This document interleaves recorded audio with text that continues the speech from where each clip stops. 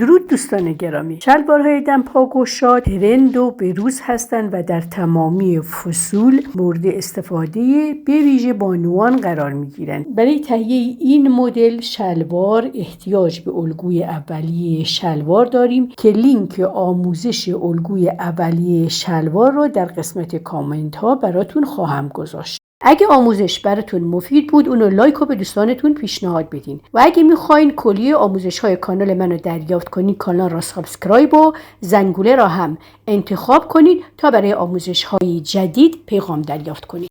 این مدل بر پایه الگوی اولیه شلوار هستش که ما باید الگوی قسمت جلو و پشت هر دو رو داشته باشیم. چون دمپای این مدل گشاده، اولین کاری که انجام میدیم قسمت دمپا از این قسمت فاق یک خط مستقیم در نظر میگیریم، از این قسمت روی باسن هم یک خط مستقیم در نظر میگیریم و اینو امتداد میدیم تا پایین دمپای شلوار به این شکل. دوباره به این قسمت حدود 3 تا 5 سانتی متر بسته به این که میخواین چقدر دمپای شلوارتون گشاد باشه بازم اضافه میکنیم و بعد از این که اضافه کردیم میاریم روی این قسمت فاق و کاری که باید انجام بدیم موقعی که این خط رو میکشیم اینه که این خط که مستقیمه با این خط که مقداری کجه با هم تفاوت دارن، یعنی این مقدار میتونه بیشتر باشه. اینو کنترل بکنین، این خط کج و این خطی که اینجا مستقیم کشیدین هر چقدر که این خط دومی بیشتر بود اینو یک مقدار از اون مقداری که کمه ازش کم بکنین و بیارین روی این قسمت شلوار که بعداً گوشه های این قسمت آویزان نشه. عین همین کار رو برای این قسمت هم انجام میدیم، یعنی این خط رو مستقیم میکشم تا پایین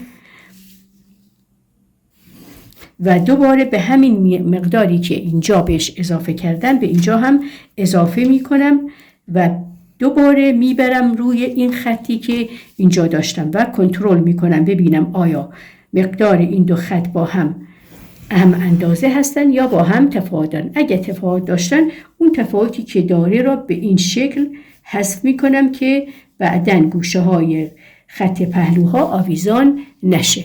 بعد روی خط اتو باید اینو عوضمان بدیم. عوضمانی که اینجا میدیم چون دمپای این شلوار از فاق به پایین گشاد شده، باید عوضمانی که ما میدیم طوری باشه که روی این قسمت از فاق به پایین گشاد بشه.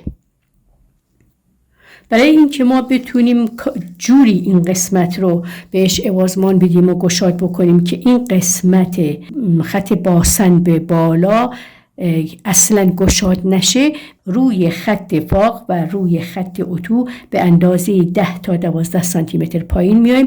از نقطه به دست اومده خطی روی فاق وصل میکنیم. این برای قسمت جلو و دوباره همین نقطه رو وصل میکنیم روی خط باسن. این خط فاق بود و اینم خط باسن بود. اینم وصل میکنم روی خط باسن به این شکل. حالا این خطی که خط اتو بود و این دوتا خطی که اینجا الان کشیدم اینا رو عوضمان میدم. موقعی که عوضمان میدم از باسن به پایین متعادل، یعنی به میزان مشخصی این قسمت دمپا باز میشه که یک مقدار هم از روی خط فاق هم یک مقدار عوضمان میخوره، ولی عوضمان اصلی رو از خط فاق به پایین میخوره و دمپا گشاد میشه بدون اینکه این قسمت از باسن به بالا تغییری روش ایجاد بشه. همین کار را روی الگوی قسمت پشت هم انجام میدم. ابتدا این خط رو مستقیم میکشم تا پایین، این خط رو هم مستقیم میکشم تا پایین به مقداری که این که خط جلو رو اضافه کردم در خط پهلو اونم اضافه میکنم و روی خط اتو 10 سانت پایین میام، یک عوضمان به خط فاق و یک عوضمان به خط باسن بزرگ. این عوضمان ها را میدم و به مقدار مساوی هم قسمت جلو هم قسمت پشت رو گشاد میکنم.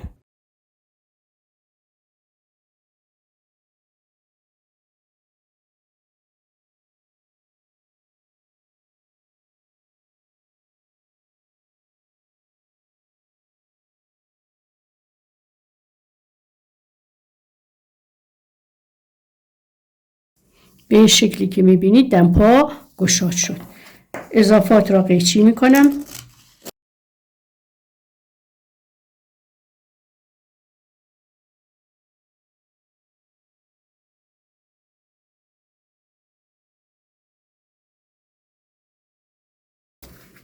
این شد الگوی قسمت پشت شلوار که به میزانی که لازم داشتیم تونستیم اونو گشاد بکنیم. روی قسمت جلو هم همین کار رو میکنیم.